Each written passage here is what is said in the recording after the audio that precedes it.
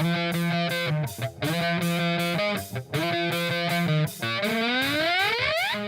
following podcast is scheduled for one fall with no time limit.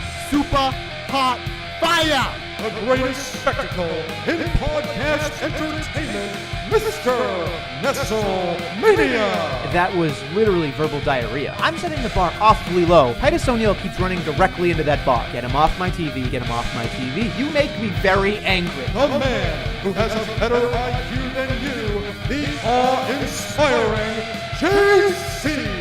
You should go work for WWE because you'd be so far up Vince's butt. No. Oh, you are such a sucker. You You defend everything, all the bad moves they make. This is the Jobber Knocker Podcast. Ladies and gentlemen, welcome to another edition of the Jobber Knocker Podcast. As always, I'm Wrestlemania. Alongside for the ride is JC. We have entered the go-home week for life in the Fastlane. Yeah, and it seems like even though we got rid of brand-exclusive pay-per-views, this is a SmackDown pay-per-view featuring The Shield. Seriously, all the matches are SmackDown. Even the Raw Women's title, well, it's not the Raw Women's title match anymore. Now it's just a whatever The they Women's did. Championship. Yeah, it's two SmackDown superstars fighting in the face of a Raw super. It's funny. But yeah, I mean, SmackDown's all in. So since SmackDown, the show that matter, let's start there. And, U.S. Open challenges are always fun. R-Truth doing it with his idol, John Cena. I enjoyed the back and forth with Carmella because, honestly, R-Truth, again, I say it every week. It's like, I just want to be like, man, why is he out here? Then I watch him like, God, this guy is so funny. He is. Everything he says, I'm just laughing. His facial expressions, like, he's just a goof, and I enjoy that. And, of course, here comes the Dog and Pony Show. Samoa Joe, Rey Mysterio, Andrade, Fatal 4-Way. Literally building, like, maybe they're going to just keep adding someone every week and end up with like, a super thing. But you know what? No. I like the way it turned out. Samoa Joe, main roster champion for the first time ever. I'm so pumped. I was so pumped. There's something about this match that just the longer, it was a really good match. The longer it went, the more I was interested. And those are matches that I want more of. I love watching wrestling in general, but when you have a good match where there's no break, and these are why the Fatal 4-Ways and the Triple Threats, I'm okay with. Because they're fun. It's There's just pedal nothing, to the metal, fast pace, every action. single time. And they had the right competitors in it. They had Rey and Andrade doing essentially a lot of the work. Joe coming in, and really this matchup for me, it made me realize as a fan, no matter how much we come on this program and beat up the WWE about what they're doing incorrectly, all it took was a Fatal 4-Way for me to remember that Samoa Joe is a badass. And in 20 minutes or less, I was hooked. I was going, yep, I believe everything that's going to happen here. I believe everything that's going to happen afterwards. If it's not Samoa Joe versus John Cena for the U.S. Championship at WrestleMania, I'd be shocked because of how many things right now. That's a bonus Nestle Hope. I'm telling you right now, the way that R-Truth made the John Cena comments, and then Joe wins and says, I'm not somebody that believes in John Cena. I don't think he's even real or whatever. They weave that web of stories in there for it to be there. He doesn't have to show up. He just got to show up at Mania, and it makes perfect sense. And there's that built-in storyline of they trained together in California. I mean, there's everything that they could say together. And We've never had this, right? Never. This has never happened. Never. So I'm sure it's good for them, and it will be good for the U.S. title. I'm sure. I like it. Good job. Thank you. Well, we're in the shine until we get to the heat, and then we start yelling at each other. But we started off in the right direction today. But yeah, I can't say enough good things about this, and kudos to everybody in this matchup. Everybody. Yeah. And you know what I also enjoyed before that? Come back. Honestly. One of my favorite parts every week of Raw and SmackDown now is Lacey Evans just coming out at random times. It's fucking hilarious, man. Are you kidding me? On Raw, she just comes out and stares at Natalya. It's funny because it's better than at least like EC3 who's not on TV and then in a mirror, which by the way, he was fucking hilarious. Oh, yeah. Because he's just posing in the background the whole time during the promo. But I'm really enjoying the way they're doing the Lacey Evans things because it keeps her fresh in your mind. It just continues to show you something that she's there. She has a presence, and her answering the U.S. Open Challenge and then just walking out was just like, it's just so random. But I laughed, so I'm enjoying the way they're using her so far. Come back, Mrs. Sexy Claus. Yeah, that was hilarious. That was good. But look, right now all she is a runway model. She goes back and forth, back and forth. She's got her Fitbit on. She's trying to get in the miles. I mean, honestly, that's exactly what she's doing. I prefer this is when you're introducing a new character, if you're not going to do like the vignettes and the lead up, like don't just throw him in right away. Like, that's why, like, Aleister Black was someone I had a lot of potential to build up to, Sure. but they just literally panicked and, like, here, have Black O'Shea, and they just... Black O'Shea, wow. They just threw him in there, and it's just, it's kind of disappointing because both these guys could have had really cool lead-in, but whatever. They're incredible wrestlers. It's fine, I guess, but I like when you more of just, like, give us tastes of people, and they were kind of doing that with these guys, but I don't know. But Lacey Evans one, I like, I approve. I think so far of, it's been good. She's clearly headed towards a match with Natalya, which I think will be good. Those two have been working together a lot of house shows, so hopefully it'll be a good way to show off what Lacey Evans can do, because she does have a finisher that grabs your attention off the top rope. So if they're going to put her in a premier spot, I like that the way they're slowly building her. What did Renee call her on Monday? The sassy Southern Queen or something like that? Sexy Southern Belle. Oh, boy. Oh, boy. Yeah. Oh, boy. I don't know.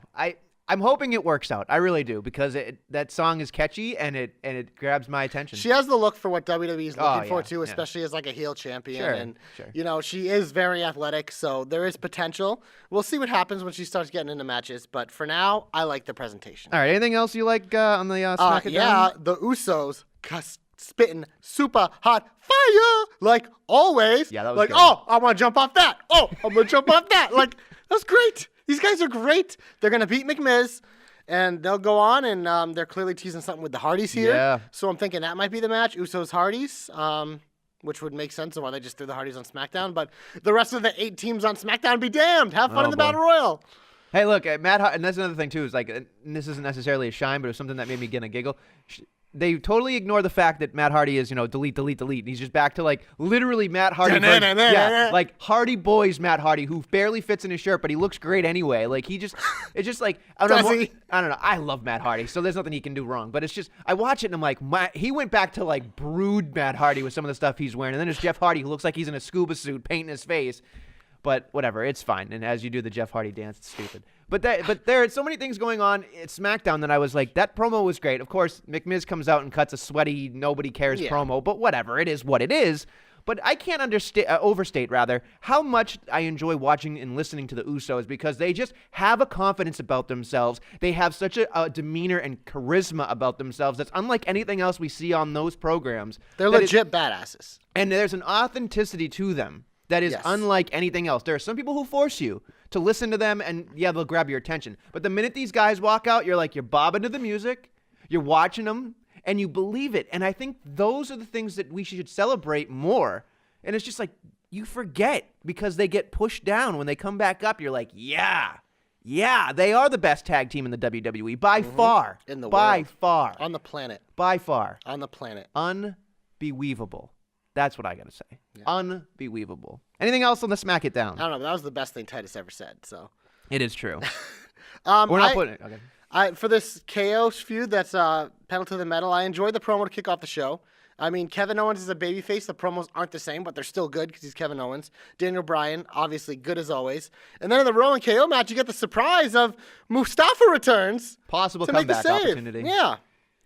Oh, look, the match was great. Technically, it wasn't a match. It was pretty quick. It was a segment. That's what I'll say. It was a match and it ended in DQ. It was. Rowan better call his finish the palm bomb, because that right there, he grabs the guy by the palm of his hand and then gives him a choke slam bomb kind of thing. Call it the palm bomb. It'll be great. Or as our boy Joe, the Joe Stopper, stated that, he should call it the no palm bomb, which I don't understand, but it is what it is.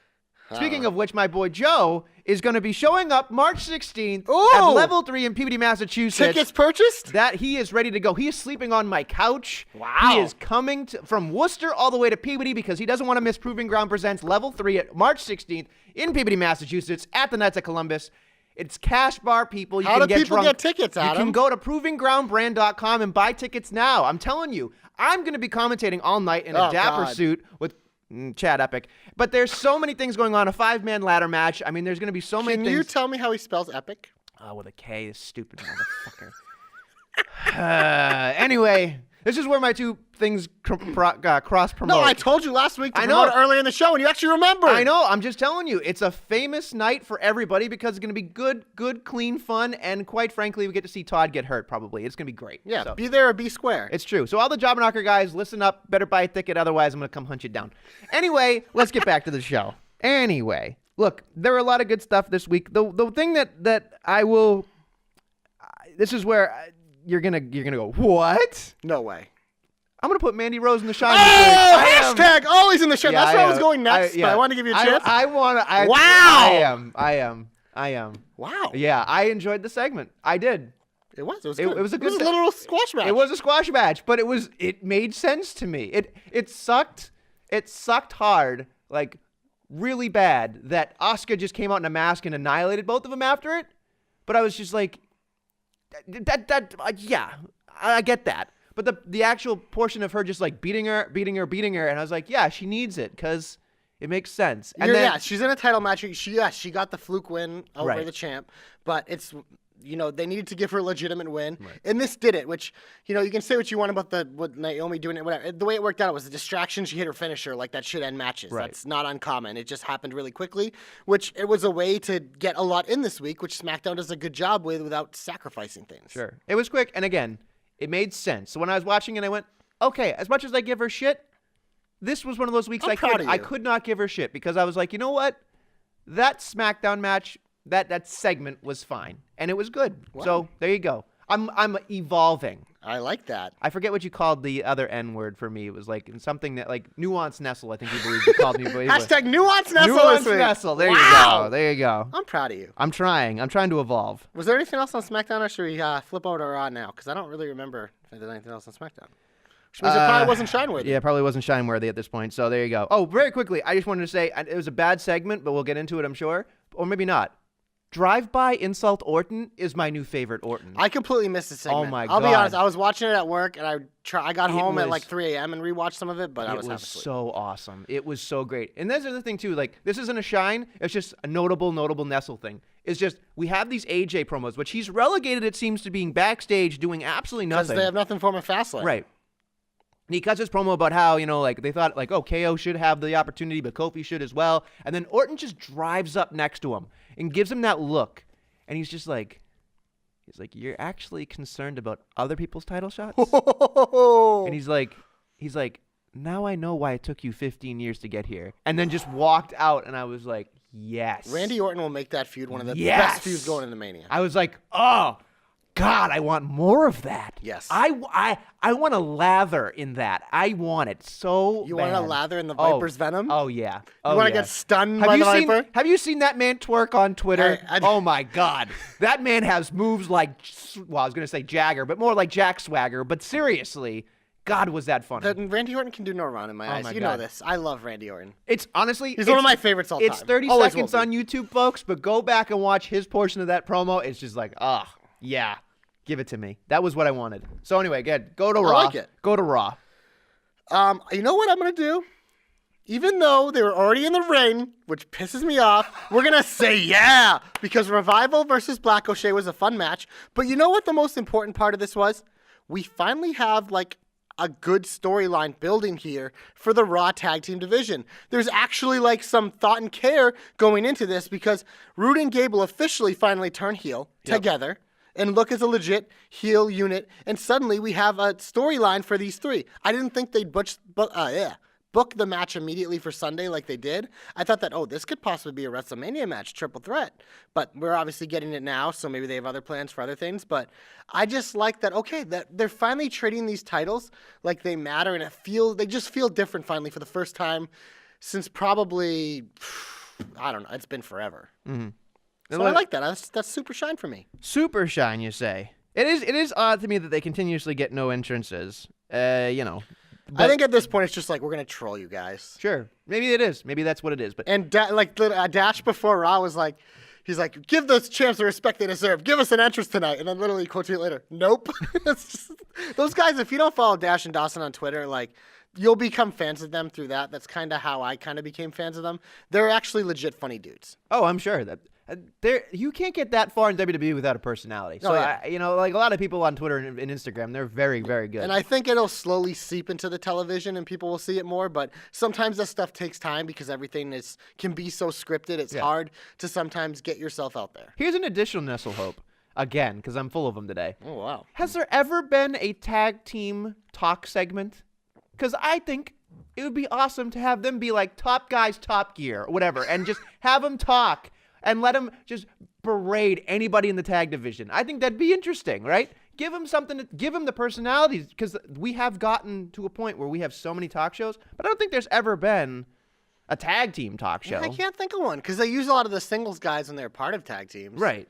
Like we had McMiz TV, I guess. Sure, That might be the first one. I guess. Whatever. That's a technicality at best. But I'm just saying, like, generically, like it's a standard kind of tag team thing where they just have two hosts. I think that'd be great, personally. I don't know if that's going to happen. Not a bad thought. There you go. Anyway, so there it is. And again, I thought this match was kind of really just a segment, but I will, it is what it is. Poor Ray, just like being like, it was a good. I was like, Ray, you do realize it's futile. When Nestle doesn't want to give you something, he's just not going to give it to you. Even if it goes out there and it's the best thing ever, if he doesn't want to give it to you, he's just not going to give it to you. Nope. Nestle's Troll House is a place on the map. Look it up. Here's something that'll absolutely give you the secret to my life.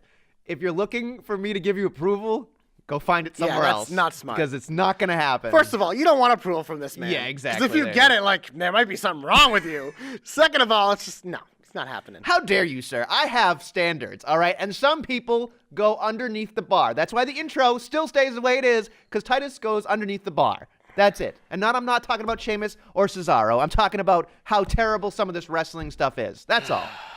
That's why you're the shine guy and I'm the heat guy. That's what we are. That's what we are. You're positive, I'm negative. We're like batteries, man. It's just what it is. Let's do this. I could make so many comments, but I'm just going to, leave it. Yeah, because you realize I'm going to be upset. Save it for the end. Yeah, we're in the shine. What else you got from Raw in the shine?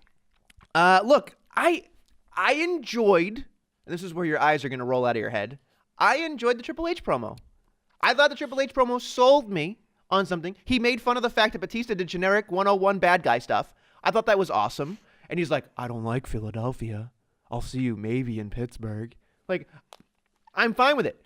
But the minute he started saying Ric Flair and then Richard Flair and then Ric Flair, he did have to have that shell game of kind of mixing up the names and screwing it up sometimes. But he did a very good job. And I'm not kissing Triple H's ass. In terms of the actual promo, he made me go, there's more in this 2-week feud than pretty much anything else better than Brock and Seth. As we get into the ladies' matches, I'll tell you why I think it's better.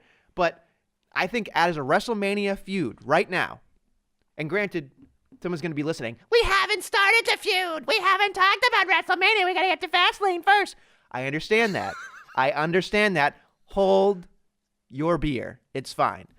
Listen, I'm telling you right now, as a strictly WrestleMania match, I'm in. And I think this week did a very good job of selling me going, this guy hates this guy. Why? They answered the question, and that's that. And now I'm in. So 2 things. One, what you said there is right. In 2 weeks, they have made this legit. Yes. And part that bothers me on the other side of the coin is like, why is it so easy for them to execute a feud like this for these guys, and then we see them just drop the ball with tons of other ones where they could do similar things? Like, why is there so much more thought put in here than some other places? Sometimes it's frustrating to me to see that, which I get it. Like, one of the bosses is involved. The boss is going to care about his shit. It's just like the same thing with Shane's stuff. But to me, that's a little frustrating on the other side of the coin. Sure. Second of all, the Triple H promo, yes, very good. But like most Triple H's promos, see, I'm at the beginning, I fell asleep, but then he woke me up at the end, so all I remember is the end, and it comes off good. It's just, dude, cut it in half, man. Like, a lot of the stuff in the middle, he's good. His delivery is one of the best promos in the biz. Has been for a long time. I think that I've said that before. I stand by that. But goddamn, he loses me sometimes in the middle, that's all. He does. He does talk. He does say a lot. He does say Metropolis instead of saying City. He does. Yeah. But I will say, watching him talk, you could see the fake emotion he was trying to convey from his 3 acting classes that he took from doing that Trinity Blood thing from, not Trinity Blood, what was it called? Blade, sorry. Mm-hmm. When he did that one thing with Wesley Snipes. Terrible movie. They're allegedly remaking it. Sure. Still with Wesley Snipes. 1 and 2 are fantastic. Not even kidding. They might have remake them now and still use Wesley Snipes. Sure.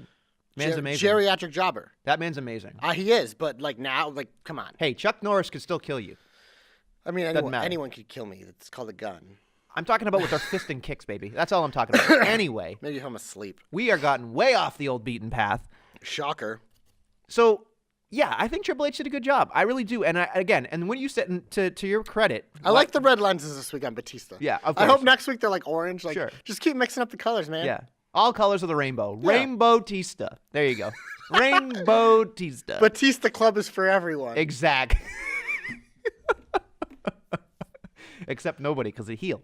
But look, Is he though? He's gonna No, get he's cheered like trolled. crazy. He's a troll Because here's Tista. the thing: heel Batista's way more likable than face Batista. It is, and that's why I'm in, because this guy is going to entertain me. Babyface Batista is so boring. Yeah, it's bad. And it's bad, and that's why it didn't work last time when he won the Royal Rumble. This works from start to finish, and you know Triple H is winning this thing anyway. I hope but not. God damn it, is it going to be fun? It doesn't matter. It's going to be so good, and this is why it works, because there's 15 years of build-up here. 15 years of clips they can go back to. That's why it doesn't take 3 to 10 weeks for this to work. It literally took 1 and 1.5, maybe 2 weeks for this to be, better than 90% of what we watch, because there's that story to it. That's what it comes down to me. And yes, it does help that Triple H is in it, and Triple H does care. But it works because of the lineage of what they went through together. So that's why, to me, when I'm looking at it going, that's a no-brainer. It's a slam dunk. It's going to work. So get on the bandwagon now, because 3 weeks from now, you're going to go, I love Batista. Guess what? I fucking told you so. I fucking told you so. We'll see. Again, like I said last week, I hope you're right. I'm not all the way there yet, but I mean, it's better than some other things they give us. Okay. Anything else on Raw that you got really super excited about? Well, much like you surprising me, I'm going to surprise you. I enjoyed all the heavy machinery shit. Shut the front door. Yeah. I mean, even they literally squashed all the jobber teams of Raw, which is oh, but they set up a backstage segment last week and they had a payoff for it this week. Sure. It made sense. It's they finally are making the tag division matter, where now you have 2 different layers. You have the title card, and then you have an undercard where you can build possible next contenders. Heavy machinery, whether it's at WrestleMania or something, is going to get a shot at the Revival or whatever at some point. So to get there, you need to build them up as a legitimate threat. Otis he's a goofball. He's funny. He's going to be doing those food segments for the next 10 years. He's going to pick up for whoever. He's going to be involved in all that goofy shit. He's going to be involved in any sort of goofy shit they do. But for me to actually care about them, they need to look legit too. And I thought this match, even though they beat the jobber teams, they beat 3 teams, they got to show off their movesets, show what they can do. I think that's a positive. I'm so proud of you that you enjoyed this jobber tag team gauntlet. Adam, unlike other people, I don't want any adulations from you. I'm good. I know how I feel. You want my I adulation. appreciate your thoughts, but yeah. You care. You Yeah. want my admiration. You want my love. I know you do. Where is the love? That's the song that you get from that. Out of all the other songs, What Is Love, Baby, Don't Hurt Me. What And is love? That's where you could have gone with it, and you went with Black Eyed Peas, Where's the Love? Because it's probably the most recent song that involved the word love that I heard, because it's probably on the radio on some shitty station when I was flipping through. Most likely scenario. Your music taste sometimes No, is questionable. I'm just saying. I like all music. I know you do. I can't do a lot of country. things. There's a lot of it that I can't get into, but in a lot of some of the popular country songs I do dig. Sure. But besides that, I'm mainly hip hop and rock. But I like all music. I can get into some jazz if you want me to do that too. I'll listen to anything. What about classical? You like classical? You a big Mozart fan? You got any Bach on the brain? I would need to be in a specific mood for that. Driving a Volvo, maybe when you get it. It's a whole thing. They give you a Taking CD a when you get a nap in an Volvo. elevator, They do say it calms you and gives you more Yeah, brain. no, that's what I mean. So- I need it would have to be. That's how my music, what I'm listening to, is usually dependent on my mood. And the reason why I know a lot of these shitty pop songs is from my years of driving back and forth. My first couple years on the job, at midnight, the easiest way for me to stay awake was to listen to shitty pop songs, because you sing along and it keeps you awake in the car. So I know a lot of these songs by heart just because of that. So And a lot of them are shit. So when you're popping the Best of Spice Girls, you know everything from A to Z. I mean, that was well before this, and the Spice Girls are amazing. Really, really, really. One Yeah. it's Sporty Spice pointed at me in the movie when I was a child. It Oh, yeah? was one of the best moments of my childhood. Did you move all the way around to make sure she was No, pointing you I in was every in my direction? seat, and she pointed directly at me. And at the time, I had a gigantic crush on Sporty Spice. And At the time. yeah, I mean, I don't even know what she looks like or anything now. I couldn't tell you. Haven't probably seen her in 12 years. But in that movie, that was a big moment for me. If you want to be my lover. I'm not even going to get into that, because that'd be a rabbit hole anyway. Anyway, look. You know what else was great? S Club 7.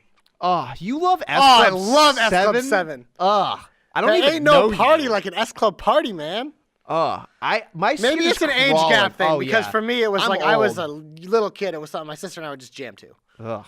I love you, but I God could damn see it. for your age when that was a thing, like you were probably too old for it. Yeah, I was. But for me, like that was legit childhood. That's disgusting. That my skin is crawling based on that one thing. We're not even in the heat yet, folks, and that is the biggest heat so far. Look, there's a lot of good stuff that happened this week. Let's hear it then. But okay, do we want to get to the Shield stuff, or do we care about Ronda? I mean, So- what do we want to do?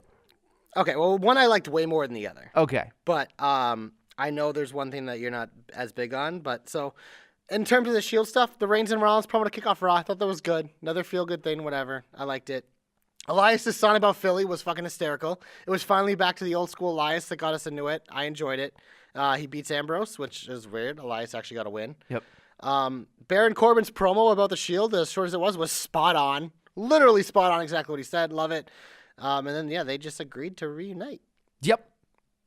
Let's fast forward this. Let's make it work. But here, let me tell you this.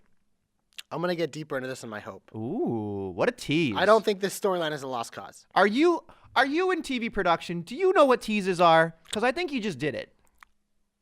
It's not like you've cut teases for the last 7 years of your life. I cut Or a 8 lot of years. things, yeah. I am good at teasing, though. Yep, put something in the front of that, and that's exactly what you are.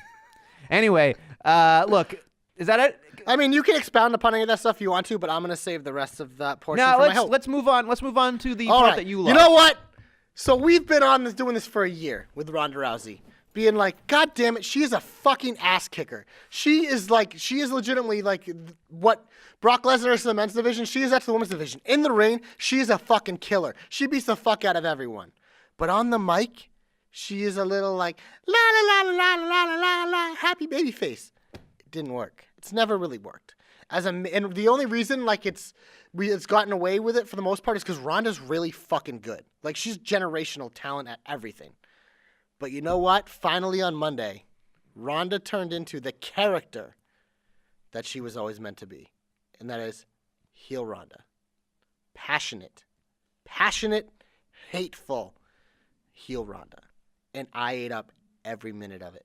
I loved it. She beat the fuck out of Becky Lynch. Like, when I think Ronda Rousey, like, you're thinking, besides the Holly Holm thing, you're thinking her beating the fuck out of everyone, running train on that entire division, putting UFC woman shit on the map. Like, she became a name. I don't even really watch UFC, but I knew who Ronda Rousey was. Besides Conor McGregor, I didn't know a lot of others. I knew John Jones because he went Ithaca. He's from Ithaca. But Ronda Rousey became like one of the biggest names, and there was a reason for it, because she was a fucking ass kicker. So you know what WWE finally did? Yeah, we're going to let her just be that fucking baddest bitch on the planet. Emphasis on bitch.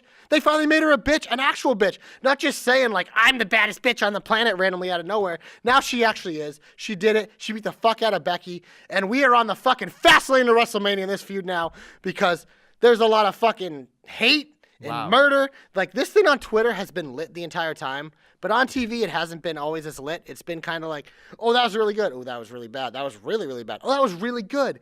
But now we're finally starting to get to, this is the Ronda we've been seeing on Twitter. Now we're getting it on TV. I love it.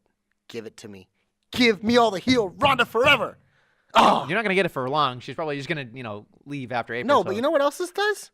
When she comes back, when she does, she'll be a heel. she'll be with fucking Baszler and the Yeah. other two. And it'll work, because they're going to have to be heels. Here's the thing about the 4 horsewomen. The babyfaces 4 horsewomen are the 4 horsewomen of WWE who have been there. They will always be the babyface in that feud no matter what.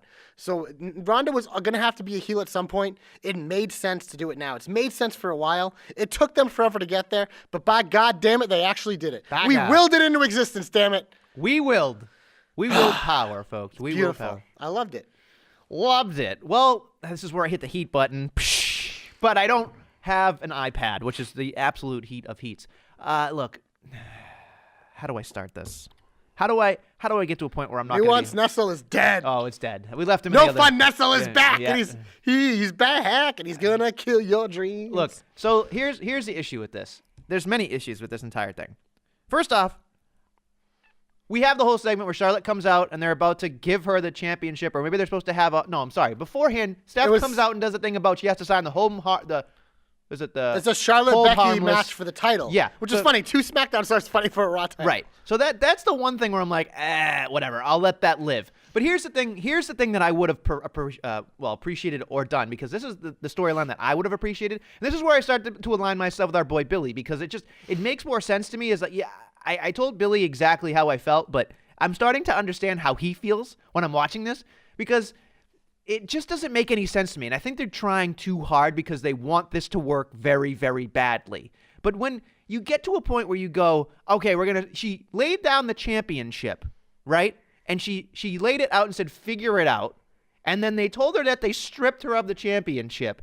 And then they had to have them come in, and they were signing an agreement for a match at Fastlane, right? Here's where my brain, and you're going to have to talk me off a ledge, and I'm probably going to start screaming. I'm going to back away from the microphone so I don't start screaming too loud. My brain is going to hurt already. First off, she lays the title down. Yes. Right? And then she comes out and gives a speech where they're just like, here, Ronda, have a belt. That, to me, makes no damn sense. What could have happened, and this is what I would have appreciated, you don't have Ronda Rousey do anything on Monday or Tuesday. You have this match be for the Raw Women's Championship. Nothing happens. Ronda comes out, beats the same thing you saw on Monday, beaten at Fastlane, and give them as much time as you want. Don't rush it, like they kind of did at the end there on Raw. Have her just beat up both of them, and there's nothing. And then they have to force them to have a 3-way match at WrestleMania for a vacant WWE Raw Women's Championship, because that makes sense. What doesn't make sense is having her just get the belt back for no damn reason. It was like, what's the point of having that match where they said, here, Ronda, you are out. These two fight for the championship. It would have made perfect sense to do it. No? So they did address it. Because Ronda literally said, she's like, I don't like the solution you came up with. It doesn't work for me. And she did the intimidation thing. And she I don't agree. It's clunky. It was super clunky. Everything's clunky. No, but sit there. No. So I didn't have a problem with her being like, I don't like that, and being mad about it. Them just handing her the title back. Yeah, that was a little, Steph should have probably been like, you know what? No, I'm going to hang on to this. And you can have your chance to earn it back at WrestleMania. Like, yes, I agree with that. I did think they were going towards... It was weird. Well, when they announced the match for the Raw Women's title, my expectation was Ronda's just going to come out and beat the fuck out of both of them. Yeah. So that was the thing that I expected. So they zagged a little bit. Sure, but that's great. But here's the other thing, too, is that you sit there and you're like, here's the championship. On what fucking planet? Well, she never lost it. No, I get that. She just laid it down. She didn't say she was relinquishing. She literally just said, figure it out. Okay, here's another thing. That's the one thing. Because it's an implication. Sure. But it's not an actual thing. Dolph Ziggler did the same thing. He dropped the Intercontinental Championship, and that was it. And then they just forced it. They could have done that issue. He never came back. That was the thing. Ronda never said the word vacating. So it was left open to interpretation. Okay, fine. The reason why they did that last week, because it was a cliffhanger. That's the same thing they did with the Batista thing. They're starting to do it more on Raw. They're giving you cliffhangers, so it gives you something like you'll speculate all week, because that is the key to this. Like, even if your story is going to be clunky, the key to keep people talking about it, which is what you want, is to leave cliffhangers. And they left the cliffhanger. We're like, did she just relinquish the title? Well, what are they going to do? Is Charlotte going to win it? Or what? They left it open-ended, which that aspect of it is good for me, because that's taking advantage of the society we live in. Because now all week, people are just buzzing about it. The most important thing for your product is to have people talking about it. Sure, because I get water cooler talk. I get that. Cliffhangers are the best way to do it. It's like, that's literally what TV shows do. Every week, you end on a cliffhanger because it makes you talk about it the next morning. And like, oh my God, you see what happened on Game of Thrones? Like, holy shit. And it makes you want to watch the next week. And they're actually starting to do that again, which is something they haven't done in forever. They've just been ending with like someone at the end of Raw being like, ah! So that aspect of to me is a very much positive. Was it clunky? Absolutely. But for me, overall, I thought it was good because it finally gave us what I've been looking for from Rousey. I think now going forward, it'll be a lot easier for Rousey to just be herself instead of this whatever we had before that couldn't make it work. My brain is going to go fucking bananas because look, here's again, segment-wise, this made no goddamn sense. First off, I don't want Stephanie McMahon anywhere near this thing. I Too want to bad. boot her. It's because she's sniffing the Raw Women's Championship because she knows it's going to be the main event of WrestleMania. That means more face time for her. She needs to get booted out of this entire segment. I don't care that you're the authority figure for women. It doesn't matter. Get that shit out of here. It's stupid. You're interjecting yourself in something that could be held up by 3 women who can clearly talk, or 2.5, but there's just so many things that could go on there without her. That's fucking ridiculous. Get her out of there. Get her off my TV. Get her off my TV. Get her off my TV. There you go, Ben. That's for that. Now, next segment. So we're talking, and all of course, before we even have them sign the agreement, here comes Waddles Rhonda coming like rushing in from the garage, and we go to commercial break. I mean, and 2 minutes and 30 seconds later, she's still not out there. She had to stop at catering and get a bite, man. Are you telling me for Everyone Christ's wants sake- those Lacey Evans. And I get the cliffhanger, and I get text your No, friends this- and I tweet, can't defend but, this. Come on, man. It's almost as bad as having Colin Yost get choked by Braun Strowman and held up for 3 minutes in a choke during a commercial I thought fucking that was break. hilarious. That is funny, but it's stupid. Nobody will realize it's fucking real. You want to talk about just being real and just the suspension of disbelief? You're sitting there. There's no way it takes her 3 minutes to get to the fucking ring. And I get why they did it, but it was so fucking bad. No. So fucking bad. If God they're damn it, gonna, it was bad. If they were gonna do it like that to tease Ronda before the break, show a limo pulling up and her getting Yeah. out. They do that all the time because then it's believable that she'd have to go through. Sure. But she was already in the hall. If that, I'm absolutely not defending. I was 'Cause so I agree. pissed. That took a little bit of steam out. Absolutely. That is and And they she- do that all. It's the same thing with matches. Like a match will be lit and they'll be like commercial break. Yeah, it's bad. like, oh. And Tom Phillips, by the way, super note on SmackDown. Put it on mute when you watch SmackDown. It's 10 times better, even though it's fucking awesome anyway.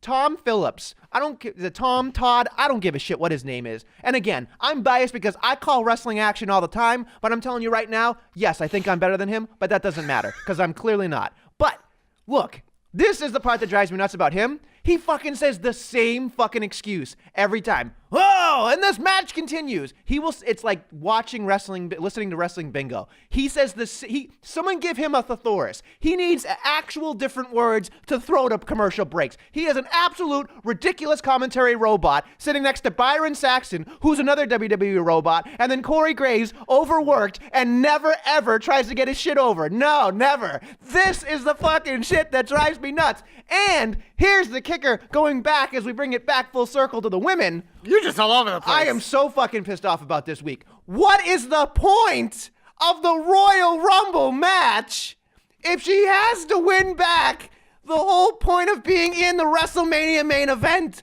What is it? Explain that to me. Why? Why? I mean, we knew coming into this she was going to get the full quote-unquote Daniel Bryan treatment. They didn't- The only difference is she won the Rumble, but she won it without actually being in it. Like, she got put in it because Lana couldn't walk. But they didn't even say that. I know. It's been very clunky. But Here's my biggest issue about it. They're doing too much. They're working. killing it. They're taking something that we love and they're just beating it into submission. Here's honestly one of my biggest heats of the week. Is this fucking doubling up on both shows thing. Awful. Like, it kills it. Like, it's the same thing with, like, having Black O'Shea on both shows. It takes a little bit out of it. I don't need that much exposure to them. This is why WWE things get stale way quicker than any other promotion, because it's literally every week. So I'm already seeing these guys literally every week. Now I'm going to see them literally every week twice. Never mind for those guys when they appear in NXT. Like, Becky and Charlotte are now challenging for the Raw title. Stay on Raw. Stay on Raw. You're now on fucking Raw. You're not on SmackDown anymore. Like, you're not. You've already said that you value the Raw title more than the SmackDown title. So you went to that show. You're on that show now. You're going for that show. Appear on that show. SmackDown, no, enough. Like, it's Their just, own women's championship is relegated to a 3-minute match with Mandy Rose and the champion attacking her. It wasn't. It was. So they put the full match on. It was 52 seconds. Again, That's how good Mandy is. The whole but, segment was just fucking ridiculous. Like, that is the clear-cut reason why I'm going to have a fucking stroke at 32. Because this shit is awful. It doesn't make any sense. It is. There's nothing to defend here, Joshua. I don't know. I mean, so here's the thing. Like, for me, I enjoy all three women. I think they're the three best performers in the company right now. They're doing whatever they can to mumble it up, but, like, I'm still hot for this feud because it's fucking great. So would I like everything to be cleaner? Absolutely. But here's the thing. Doesn't matter. I don't always get what I want. Exactly. At the end of the day, I am watching, so I do try to look at the positives for the most part. And in terms of this, like, at least it's three people that I really fucking care about. You're a Shine guy. But if it's messy with people I'm not as hot on, then yeah, it's a lot easier for me to be upset. But for this, like, they're doing all they can to fucking murky this shit up. But I'm still into it because these three characters are literally walking fucking flames. Ronda was pretty cool for a bit because of, like, the issues she's had. But this week, she swam in gasoline and then fucking blowtorched herself to the fucking sun. So now it's just all of them. Like, Charlotte just doing some of her best heel work, like fucking doing amazing just as a side piece right now. And then Becky just literally has been walking flames for months. So for me, it's hard to kill it, especially when there's a lot of other heat this week. Oh, go for it. Ready to move on? Let's do it. So, what was the first match we had on Raw this week? A 6-man tag match with the same fucking people, because that's what we want to see. Thoughts? Much like Voldemort, I'm going to institute a new rule. We don't talk about 6-man tags anymore on this program. We have to, though. There's a 6-man tag at Fastlane. Okay. It involves the Shield, so I guess we kind of care. You know, I kind of care. So, look. I can't scream at everything we do here. Okay. I can't. Because people are going to expect me to do it every single time. Here's the thing, guys. If you want to hear Nestle's rant about 6-man tags, I believe you put that clip on YouTube. Yeah. Just go watch that, and like literally every week, if you want to hear a rant about 6-man tags, just play that because his opinion is not going to change about that. Nope. And I agree. 6-man tags suck. Yep. Unless if like the Shield's involved, because at least like there's a reason. Like, and there, again, in my hope, I'll detail why. Sure. Like I'm actually excited for that. But yeah, you know what else was a rerun this week? Natalya versus Ruby rerun. And no, I agree because I saw you were talking with someone on Twitter about it. Like it was Ray, so she's literally fought everyone. Yeah, but then Joe stepped in and was like, "Lacey Evans just walked by," and that's clearly what they're building towards. But if you're gonna have someone just job out to Natalya, have it be fucking Dana Brooke or Alicia Fox or whatever. If you're gonna give me a rerun, at least make it a quick squash. Sure. Not Ruby, who's someone like who we should be taking seriously. She just challenge for the Raw Women's title like 2 weeks ago. Yeah, exactly. So I get you want to get Ruby on TV because she's one of your better performers, but there's better ways. It's just like with the Revival last week. There's better ways than having some of your top stars just job out because that's how people not take them seriously. Mm-hmm. So. Okay. Do we have big heats? Or you want to go through all the small heats here? I have one more small heat, but maybe you'll bring it up. So Nestle, quick heats, go. All right, so as we talked about, no more 6-man tags. We're not going to talk about that anymore. Let's see. We talked about Heavy Machinery. The promo backstage was kind of meh, whatever. First off, very quickly, Colin Yost and Michael Shea should not be hosting Ross, let alone hosting WrestleMania. They're not hosting. They're like special guest, whatever. Special guest correspondents or whatever. They do it every year. I'm telling you right now, the only special guest correspondent I want on my WWE pay-per-view is long gone and past. His name is Leslie Nielsen, and he did a great job at SummerSlam trying to find if the original Undertaker was still alive. Other than that, I don't want any celebrity doing anything because you want to know why Leslie Nielsen worked? Because he committed to the role. Otherwise, Colin Yost is sitting there going, the Bushwhackers, Tutaka. Like, I get what he was trying to do, but Michael Shea's like, man, I'm too cool to be here. And it drove me up a fucking Michael wall. Shea is way cooler than Colin Yost. Absolutely. And Michael Shea is way better than Colin Yost, but he's from around here. And it still doesn't fucking work. Like, seriously, another get him off my TV. I don't like it. Hey, Braun tried to get him off your TV and you complained about that. Braun Strowman should have a new gimmick where everything that sucks on WWE programming, you just hit the fucking brah. Yeah. He comes out and destroys the segment. Yeah. That's what he should be doing. Can we pause here for a minute? Yes. Because I'm so frustrated with this Braun stuff. Because they literally, it's just it's one of those things. It's like everything around him, they're just surrounding him with bad. But that motherfucker comes out to a live audience. And love it. Everyone fucking loves it. And I do too. Just he's so organically awesome. And it's so fucking easy. How is it so hard for them to fucking not make it suck on TV? I don't know. He literally walks out. The place is going fucking bananas. Adults, kids, women, pets. It doesn't fucking matter. We all fucking love Braun because he just kills shit. How is it so hard to fucking put him in something meaningful and make it good? Oh, keep going. It's frustrating, man. Braun Strowman is good all year round, and then when Mania comes up, Poof. Here, tag with a 5-year-old.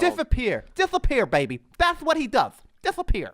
That's what it is. Frustrating. It's like winning the regular season. It doesn't fucking matter. And then you get to the fucking playoffs, WrestleMania.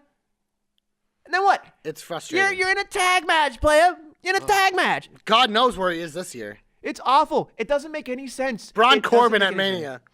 It's going to be awful. It's going to be awful. None of this matters. None of it matters. Keep going. Tamina. Oh, here we go. Tamina beat Sasha Banks. Tamina. I have to repeat this. Snuka killed that broad. And Tamina beat Sasha Banks. I'm not going to touch that part of it. So this literally feud was surprisingly put on the back burner this week for something that's a new title. Ugh. Two of your biggest stars who just went to NXT last week Ugh. got one of the most incredible receptions I've ever seen. Like, I was glued to the TV. If you haven't seen it, watch it. That shit was lit. TJ wrote about it. Fucking lit. So the biggest thing with Sasha Banks, the biggest storyline is she has never successfully defended a championship.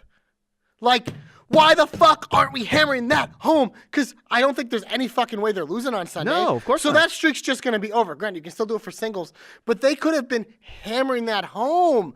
Oh, my God. But instead, it's just like Tamina beats her and that's it. And, like, it's one of those things where they've been showing Bayley winning for the most part and Sasha losing. But it's like they're not doing enough here to make it an even better story. Shame. Keep going. Shame. Okay, now we're over to SmackDown because I don't want to deal with any more. Daniel Bryan in that promo, it was a decent promo, but here's the part that I hate, and this is the part that I think is lazy writing. Not the people, lazy writing, as Josh probably broke his hand banging on the table. Yeah, Jesus. At the beginning, Daniel Bryan talked about how Kofi Kingston got replaced, and now it's KO, and called KO a nobody, and has nothing left to lose. So let's think about that logic for a moment. The guy that Vince McMahon said, Kofi, you're not box office, and I'm going to replace you with Kevin Owens, to which the champion says is a nobody. Kevin Owens also a world champion. A nobody, which again is not the proper insult when you want to sell tickets. Secondly, they say, you know what's dangerous about him? Because this is when they come back around. They go, he's got nothing left to lose. Fast forward to the main event of SmackDown where they beat Becky Lynch within an inch of her life. I'm sorry, she beats up Charlotte with whatever, and they say the exact same line saying, you've got nothing left to lose. Nothing left to lose, Bex. Nothing left. Charlotte, go back and watch it. She said it 15 times. Nothing left to lose. The beginning segment and the end segment have the exact same thing going on. It's lazy writing. It doesn't make any sense. And it goes, you made both look the same. And that's going to be your Mania main event. And the other one needs to be good so that Kofi can win. You're just so fucking lazy using the same excuses. There's so much more you could be doing with this. So much more. And it drove me up a fucking wall. It took me directly out of the segment, and I'm so fucking pissed that it happened because it's like nothing left to lose. Nothing left to lose. We're going to be at the WWE pay-per-view. It's not Fastlane. It's called Nothing Left to Lose. It doesn't fucking matter. God damn it. Sorry. It bothers me. You were so positive in the shot. I know. You must have done that because you knew your fucking head was going to explode. I'm sorry, guys. You just like, I don't want to, kill the viewers that much, but Shinsuke and Rusev came in to Naka do Rusev! Whatever the hell they are. God bless you. And they came out, and then the Hardy Boys come out with again, and it's just like, are we getting an 8-man tag match? Oh, it's definitely an 8-man tag match. You know next that's the pre-show. Throw in the club and the colognes, baby. Come on, just keep throwing everyone in. We had fucking babyface bonanza at the end where it's like, move. Whatever. It is what it is. AJ Styles can't get out. He couldn't cut a promo out of a paper bag. Sits there, and it's just dry as toast. Good grief. But I love the man in the ring. Yeah. Good grief. And again, Mustafa Ali, great, wonderful. That's what it is. The end. You can't put that in the heat. Get out of here. Delete that. Expunge that from the record. Expunge it? Expunge it from the record. All right. Can we just get into something else that's hopeful? Please? Glorious! Give me your fucking hope, please. Please. So, the Shield is facing the Corbin McIntyre Connection. Lashley thing. By the way, we didn't talk about Braun killing Leo. That was fucking hilarious. And then the picture in the back of Leo laying down on the ice and Bobby just with his hand on him. It was so adorable. It was like a father and son. Because he's small? Just like Because he's small? I mean, Bobby's also like double his age. Hey. Leo's a baby, dude. Leo came to collect, Yeah. all right? Collect those ice packs. That's all he collected on Monday. That was good. But that's not what my hope's about. My hope's about the Shield. 6-man tag match. Yeah. No one else was talking about it. This involves the Shield, so it's okay. That seems to be the logic for all of us. It is what it is. Whatever. Roman's first match back, which is exciting. Dean, the Ricochet. No, that's another guy. Not to become. He's not the one and only if there's two of Yeah, them. no, Ricochet's the one and only. Dean's the. I don't know what he is, but he's a bouncy ball of baby heel. And like Seth is in this because of the Shield. So I want the Shield to lose at Fastlane.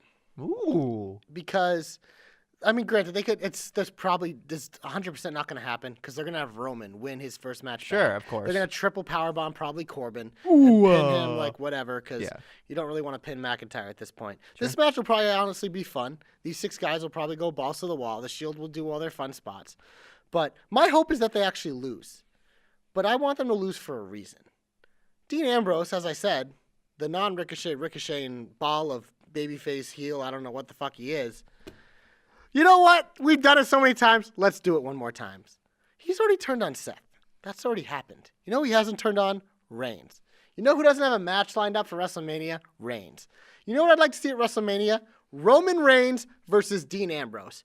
Because I think this blood feud, which is what it would be, because this, they'd put time into it because it involves Roman. You have Roman Reigns now as one of the most organically over baby faces ever because of what he went through. Like, he fucking made cancer job out to him. That's how fucking good Roman Reigns is. So the Dean Ambrose heel turn against Seth Rollins didn't really work that well because Seth is a shitty babyface.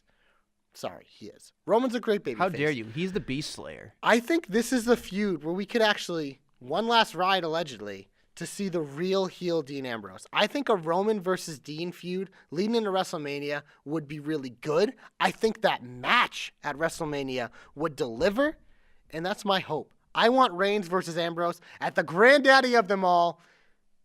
I think it'd be great. And it'd be a good spot for Roman. It'd be like one last thing for Dean. We'd get a good run of storytelling. You talk about years of being connected. Like, we've seen the Dean Seth stuff. We've never really seen Dean Roman stuff. They faced each other when Seth lost the championship. But they were baby faces. Sure. It wasn't an actual feud. We've never seen these guys actually feud because they were always the two that remained friends because Seth turned on them. So now I think it's time. And I think this would be great, and I'm excited for it. Hashtag JC's hopes come true. Hashtag JC knows. Here's where Nestle makes your idea even better. Oh, I'd like to hear this. Okay. So I agree. My hope was going to be the exact same thing as Joshua. Co-hopes, baby. Co-hopes, co-besties. We're a tag team. Not a very good one, but we're a tag team. Just dysfunctional. Holla, holla, holla. Dysfunctional, just like your family is the jobber. Yeah, we're like Black O'Shea. We just got thrown together. For 3 years. Yeah. Okay. So look, as you spit take. We've been doing this shit for 3 years. 3 years. Christ. Yeah, and you've missed only a couple. Look. Yes, I believe Dean Ambrose versus Roman Reigns should be where WrestleMania is going. And I want that to happen much, much more. But here's the part that I disagree with you on a little. I think that it's going to be different in the terms that you look at it versus I look at it. Okay, let's hear it. On Monday, they went out of their way to say, this is the last time the Shield's going to be together because Dean Ambrose is officially not re-signing with the WWE. They went out of their way on television to make that a thing, which to me is not something they normally do, which means he's probably already re-signed. But it's a work, probably. But here is where you take the genius of Nestle and you apply it to a WrestleMania-worthy main event. I'm scared. That's what I'm telling you. You play up the fact that they win on Sunday, and Dean just goes, I'm still leaving. There's nothing you can do to change my mind. Nothing you can do. And Roman, from now until the week before WrestleMania, tries like hell to get Dean Ambrose to re-sign with the WWE. At this point, the crowd is not going to boo Roman Reigns because of what he went through. They're not going to boo him because he wants to get his buddy re-signed. The crowd wants Dean Ambrose. They're going to even be more on Roman Reigns' side. Until we get to a point where it boils to one thing. They've tried everything. They cannot get Dean Ambrose to re-sign his contract. Not one thing. To a point, the Monday before WrestleMania, Roman Reigns goes, fine. I can't get you to re-sign, but if you're going to leave this company, you have to beat me to do it. Hold on. Wait for it.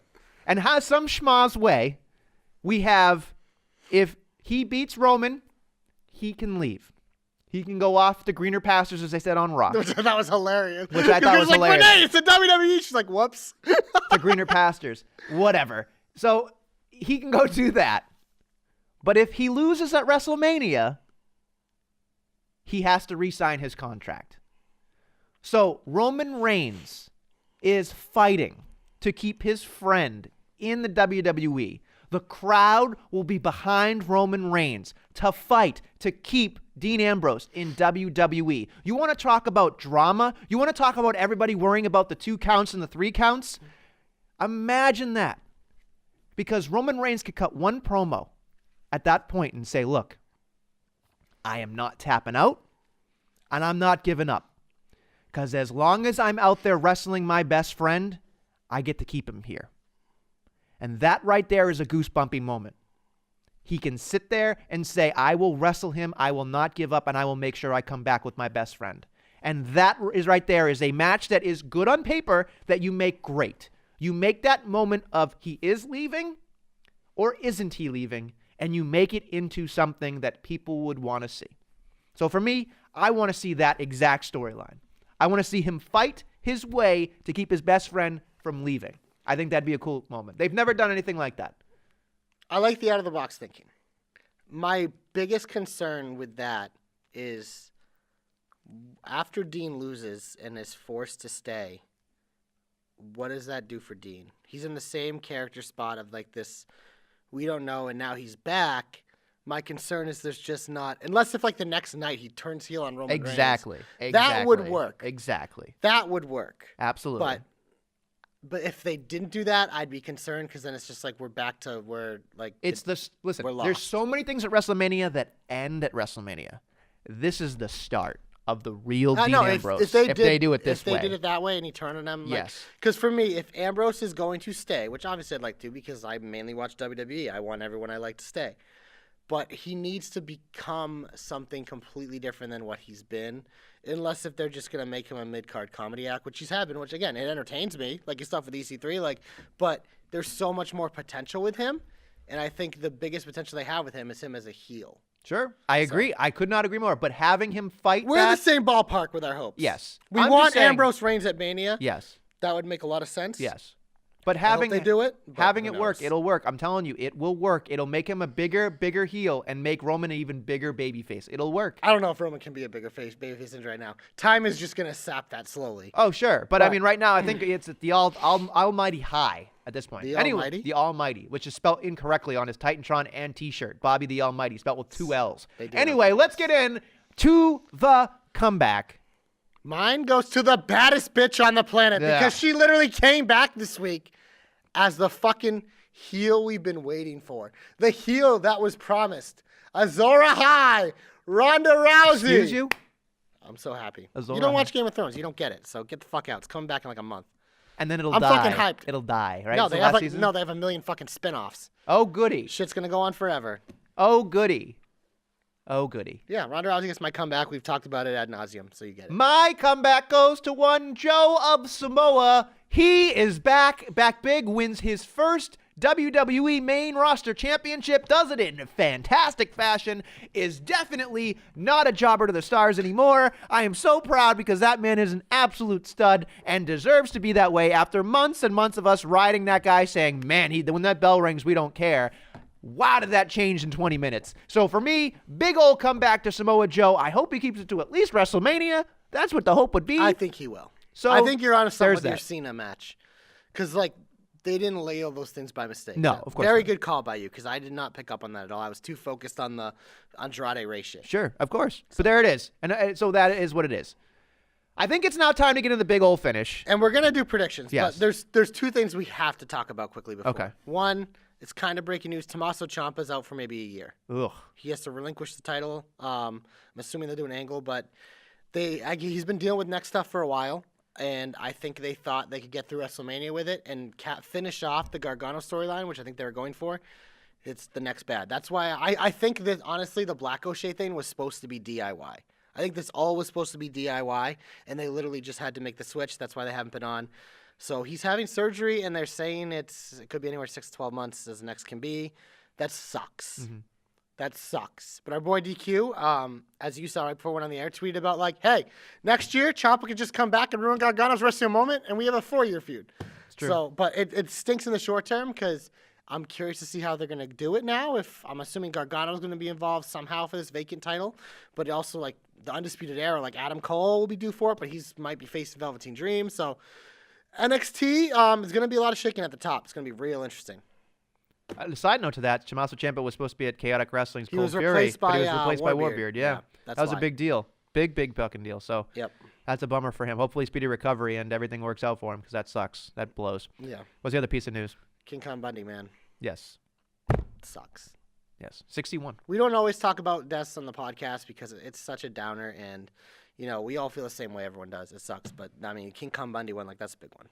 Yeah. Hurts. Yeah. And Hulk Hogan said on Twitter that most of the guys he wrestled are now dead. Yeah. The whole Heenan insane. family is up in heaven, which is really Insane. depressing. So that picture took me a while to be like, damn, that blows. Yeah. But that man, even he headlined WrestleMania. He did a lot of good stuff, and you know, WrestleMania 2 wouldn't have been the same without him. So I mean, that's R.I.P. man. You know, sucks. Just fucking sucks. Thoughts and prayers, but I mean, we got to keep carrying on. Yes. We do have the fast lane, but Yes. before we get in the fast lane, Time to 'cause, you know, socialize? much like the pay-per-view, jobberknocker.com. That's the website where you can find all the links to the podcast: iTunes, SoundCloud, Podomatic, Google Play, Spotify, Podbean. I'm definitely forgetting Stitcher. one. Stitcher. That's all of them, right? Archive on YouTube. Archived on YouTube. Yep. There's so much shit, man. I know. I literally put it everywhere. The website has a lot of shit, including it'll have the entire staff's predictions for Fastlane. Danny and TJ are working on something about Ciampa's surgery. Now they should book his return. So be on the lookout for that. That's actually breaking in our group chat. So Yes, it is. Just wanted to plug that. Also, NXT UK recaps and analysis, as always, will be done by TJ and Brandon. Those are great, so make sure you check those out. Twitter, at Jobberknocker, at Wrestlemania, at GC of the JK, at DQ of the JK, at Ray of the JK, at Billy D2411, at Joe Pollock 47, at TJ of the JK, at The Real Deal B Cox. yes, Everyone, you right? got it. you got Facebook it. Jobberknocker, Instagram Jobberknocker. We're everywhere you want to be on social media. Now we get life in the fast lane. Ooh, ooh, ooh. Do you sing everything? Do you sing everything? Literally anything someone can says. Can says? Can says. Can We're says. getting late in the podcast, man. The I'm JK running in the says. gym like 4 hours of sleep. This coffee, What a trooper. This coffee can only do so much. I'm gonna crash hard. I'm probably gonna fall asleep at work tonight. Sorry, Ben. But yeah, we got the pre-show match, which is gonna be lit as fuck, as the kids would say. Pre-show. It doesn't matter. I don't care. Rey Mysterio versus Andrade. You know why I love this on the pre-show? Because much like the cruiserweight 40 matches, minutes. they're gonna get all the fucking time they want, man. Yeah. So like if you don't watch it live, watch it later. I do that a lot of the times. I'll watch it the next day. Sure. Because I just can't tune in for that long. So Mysterio Andrade, number 8,000, but we don't fucking care. I hope we get it again at Mania. It's true. Who you got? I'm thinking Ray. Me too. I'm thinking Pre-show, Ray. want to get the crowd off hot. I think it's Ray's turn to win one because I think Andrade won the last Yep. one. So just, this will be like a best of 50. Like, who fucking cares? Let's 50's go. an even number, though. Anyway, let's move on. All right. I'm going to try to jump around, so hopefully it means I don't miss anything. But we got a triple threat tag match for the WWE Raw Tag Team Championship. It's a triple threat? Yeah, it's the three Ugh, teams. The gross. revival of Dash and Dawson, the champions, take on Black O'Shea and Gotta stop saying that. Gable Rude. Who you got? Say yeah? Good boy. Say yeah, yeah, yeah, yeah. Say yeah. Finally, it might be a win for them. Because, they won on Monday by DQ, so that was cool.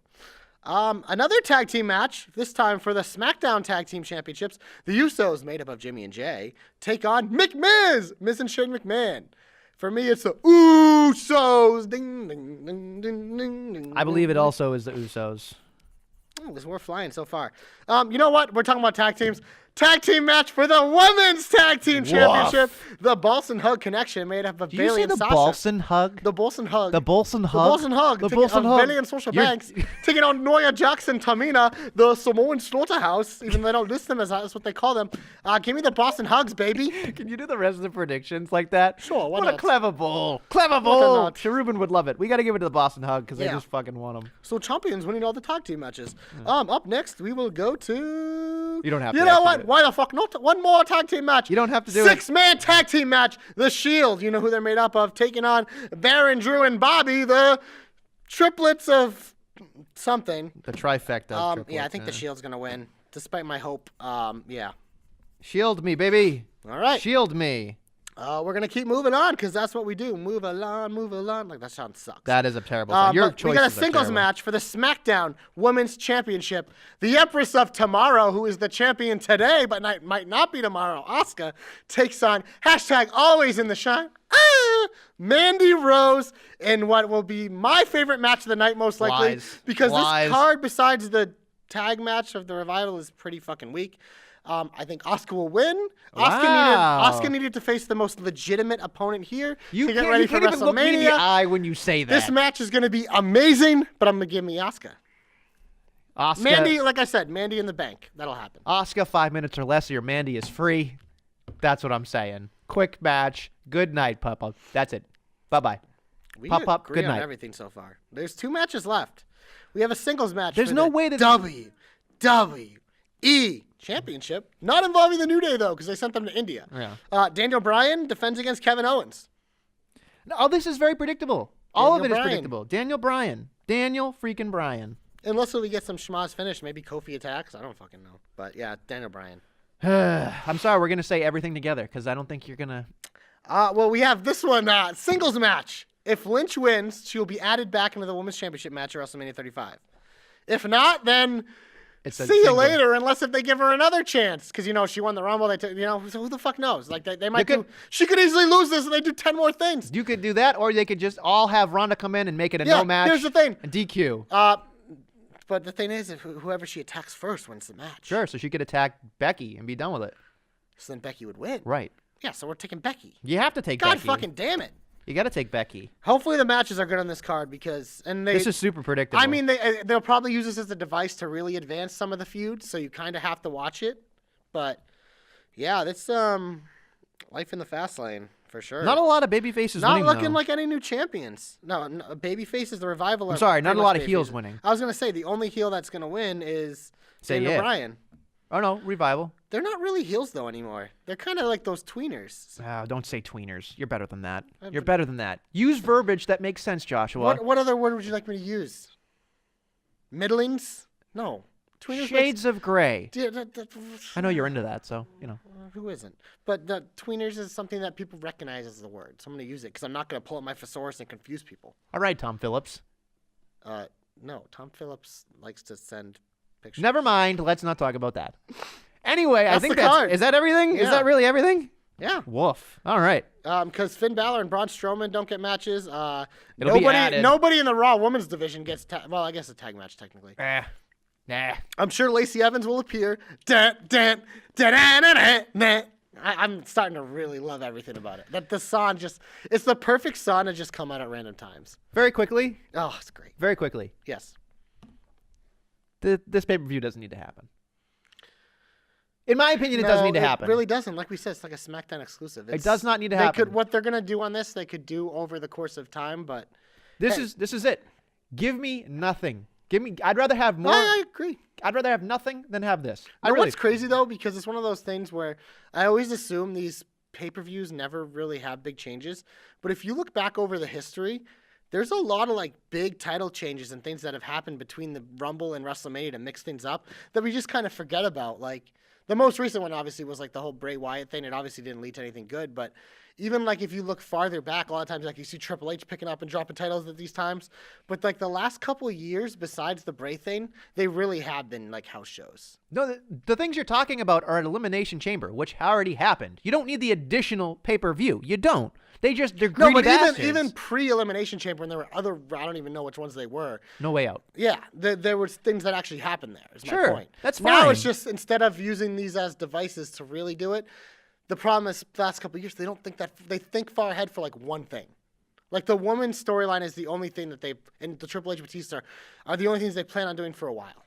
Everything else is just kind of like, we'll figure it out later. So it's hard to build long-term storylines, and it makes this shit like this shit. It is.